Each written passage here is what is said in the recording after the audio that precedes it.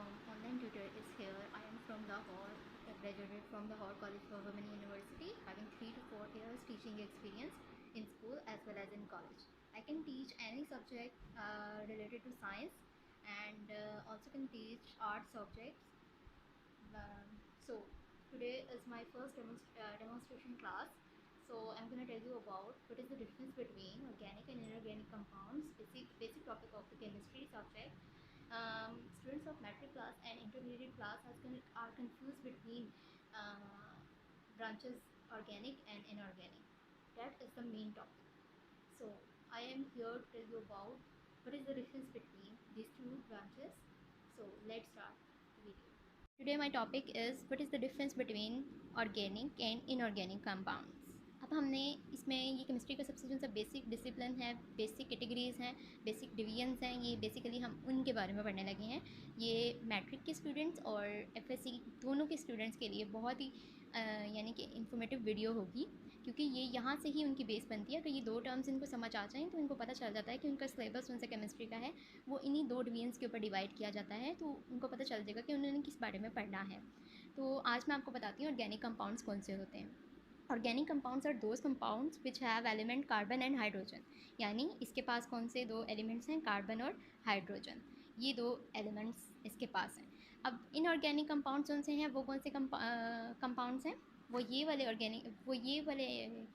Compounds हैं जिनके पास carbon और hydrogen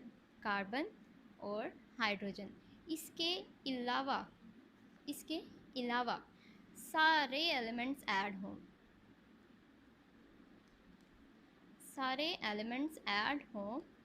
except carbon and hydrogen.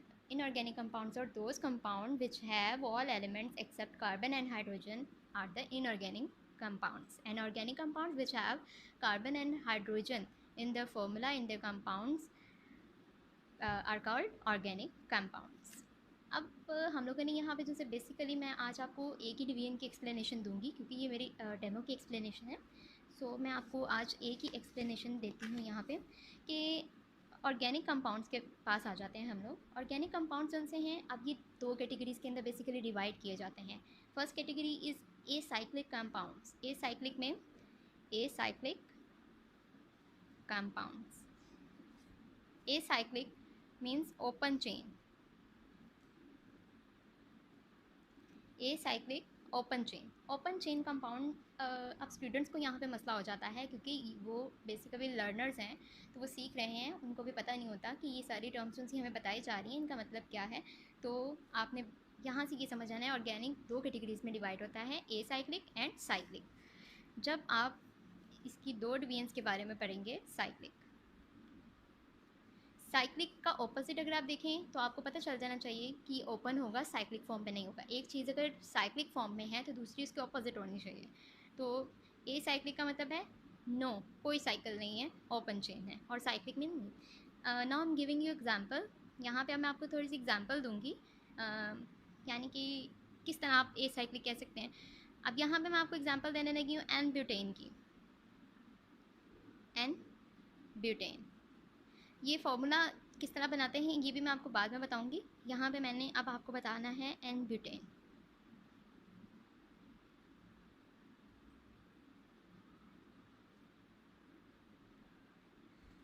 Butane 4 जब कार्बन मिलके बॉन्ड बनाते हैं हाइड्रोजन के साथ और दूसरे नेबरिंग जोन से कार्बन एटम्स के साथ, तो उनको हम लोग कहते हैं ब्यूटेन। 10 अल्केन को रिप्रेजेंट करता है, ब्यूटेन 4 को रिप्रेजेंट करता है। तो 4 कार्बन होने चाहिए, 1 2 3 4।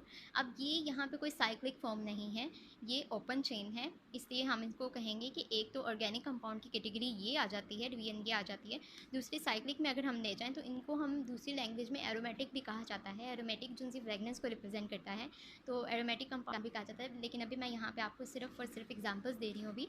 तो एरोमेटिक में अगर मैं आपको बता दूँ, ये एरोमेटिक जोन से हैं, आप ये भी कह सकते हैं कि ये अल्केन भी हो सकते हैं, अल्कीन भी हो सकते हैं, अल्काइन भी हो सकते हैं, लेकिन बेसिकली अभी मैं आपको यहाँ पे अल्केन बता रही हूँ।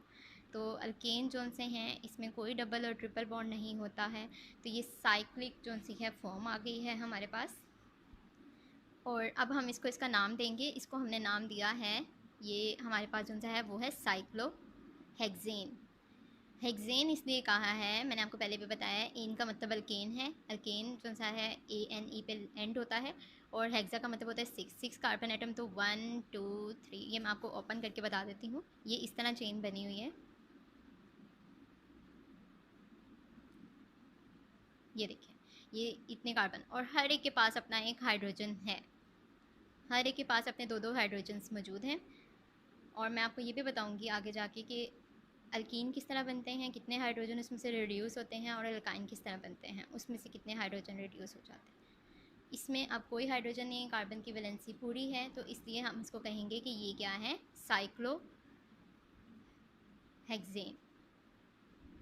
अब मैं यहाँ पे ओपन चेन हेक्सेन भी बना के आपको दिखा देती हूँ। अब आप लोगों को खुद पता चल जाएगा कि हेक्सेन के अंदर कितने कार्बन एटम्स आते हैं। ये सॉरी, यहाँ पे स्पेस थोड़ी सी ख़त्म हो गई है, तो मैं यहाँ पे नीचे 1 2 1 2 3 4 5 6, इसको ब्रांच मत समझिएगा, ये यहाँ पे स्पेस ख़त्म हो गई थी इसलिए मैंने इसको यहाँ पे नीचे लिख दिया है। चलिए मैं यहाँ पे लिख देती हूँ, ये 6, ये आ गया हमारे पास। ये है हमारे पास n hexane. N hexane, n का मतलब होता है कि ये स्ट्रेट चेन है, ये साइक्लिक फॉर्म नहीं है, ये ए साइक्लिक है। एन इस चीज़ को रिप्रेजेंट करता है, और साइक्लिक आ जाएगा तो फिर हम उसके साथ साइक्लो वर्ड यूज़ करेंगे। बाकी की जो सा है मैं आपको एक्सप्लेनेशन जो सी है और इस टॉपिक को